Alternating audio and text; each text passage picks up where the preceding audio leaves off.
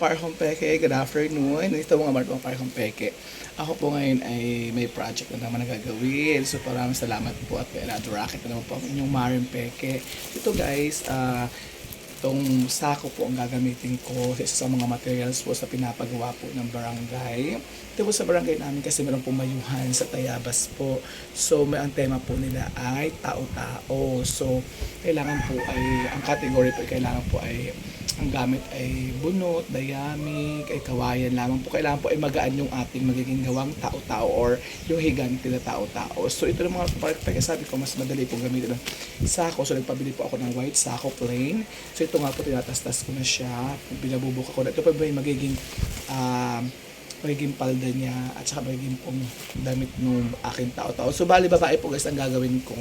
So ngayon mga Parkong Peke, pag natastas ko na ito, hindi ko siya didikit ko na lang guys siya ng stick glue, mas mabilis siya kasi isang linggo lamang po ang binigay na palugit po sa amin ito.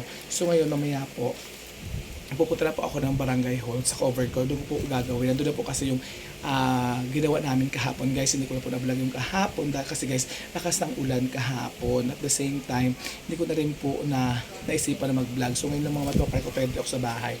So may paalis na po ako. Papunta na po ako dun sa barangay hall. Hinintay ko lang po yung kasama ko si Amanda. So yun lang mga Parkong Peke. Ito, papakita ko sa inyo kung ano yung mga pilastas ko na ako. So bala sa 10 piraso po ito. Malaki naman po siya pag siya tinasta. Ayan, bibinoka. Ito guys yung buka ko. Yun guys, tapos ko na tatahi na hindi pala tahi na stick glue ko na yung gilid doon kasi diba nagtatas. Pag tilastas mo siya nagtatanggalan po diba ano ng sako. Kaya yan guys, yan ay 4 na. So bali yan guys, ito na yan sa palda na gagawin ko. Kasi babae po kasi guys ang naka-assign sa amin na tao-tao. Para scarecrow po ba? Scarecrow nga tao-tao kung Tagalog. So yun, mga Parkong Peke, ito nagtastas ulit ako. After ko matastas ito, i-stick glue ko ulit ang mga gilid-gilid and then dadalhin ko na siya dun sa barangay hall at susukatin ko na guys dun sa ginawa kong pambuka ng petticoat. Yun lang mga Parkong Peke. Update ko na kayo later. Bye-bye. Kaya nagbalot na balutan na po namin ng bunot. Scarecrow. Tao-tao ko tawag. Ayan guys. So nagawa ko rin yung sombrero. Suot na niya. Ayan diba. So konti na lang po ito. Tapos gagawa na po kami ng tatalian ko na po ito para magkalas-kalas siya mga Parkong Peke. Tapos babalutan po iyan ng sako. Ayun lang mga mare. Maingay sa labas kasi meron po ano ng sinyo. Kaya natalian ko na po siya. So gumanda ang itsura. Ito pa lang. Nandun. So yung ako tapos. So dito pa. Ayan. Ito pa po bukas na. At pagod na po kami. Uwi na po at magaluto naman sa bahay. Fit yan. Oh, nabalutan ko ng mais. Oh, diba ang ganda niyan tingnan. White. Oh. Hindi na po siya kailangan sprayan kasi yan po ano. Hindi naman yan yung yan po ay parang nakadamit na siya ng gano'n. So, ito na po yung patadyong. Tapos ko na po yung ganyan ko. Si Amanda hindi pa. Ayan.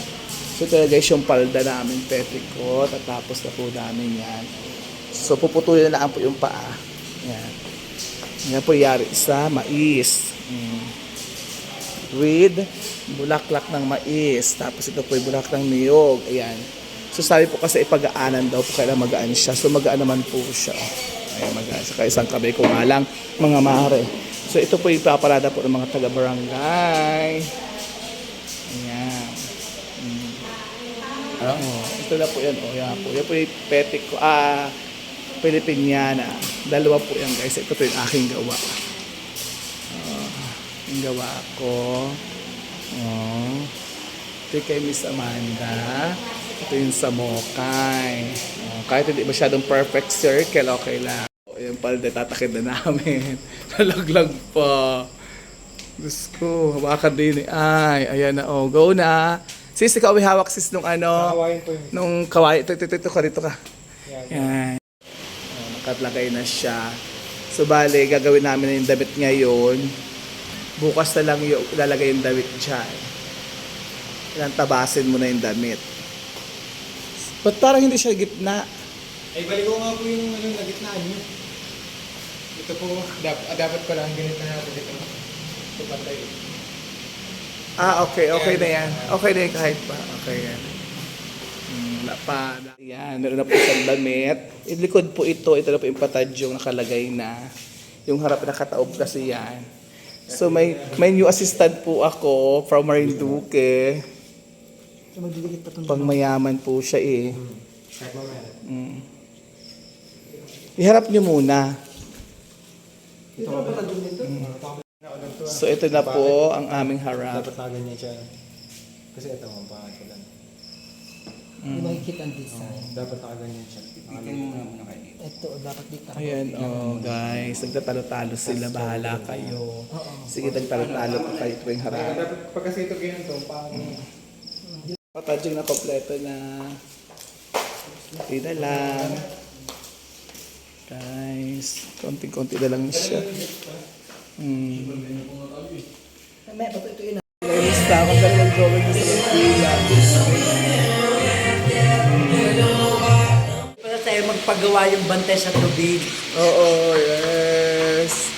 Yes, guys, ayun na. Kasama si... Parang kakulay ni Amanda. Parang si Amanda yata yung sasabit. Di ba, guys? Ganda na. Ay, narinig na sa video. Okay lang yun. Okay na po, natapos din po ang aming paghihirap. Isa ako. Ayan. Sino po nag-suggest na maglagay ng sash? Ako pa rin naman talaga ng subject. Lalagyan ko talaga ng sasya.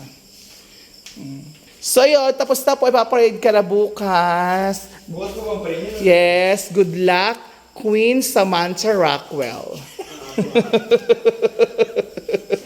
Ito po ay si Queen Samantha Rockwell.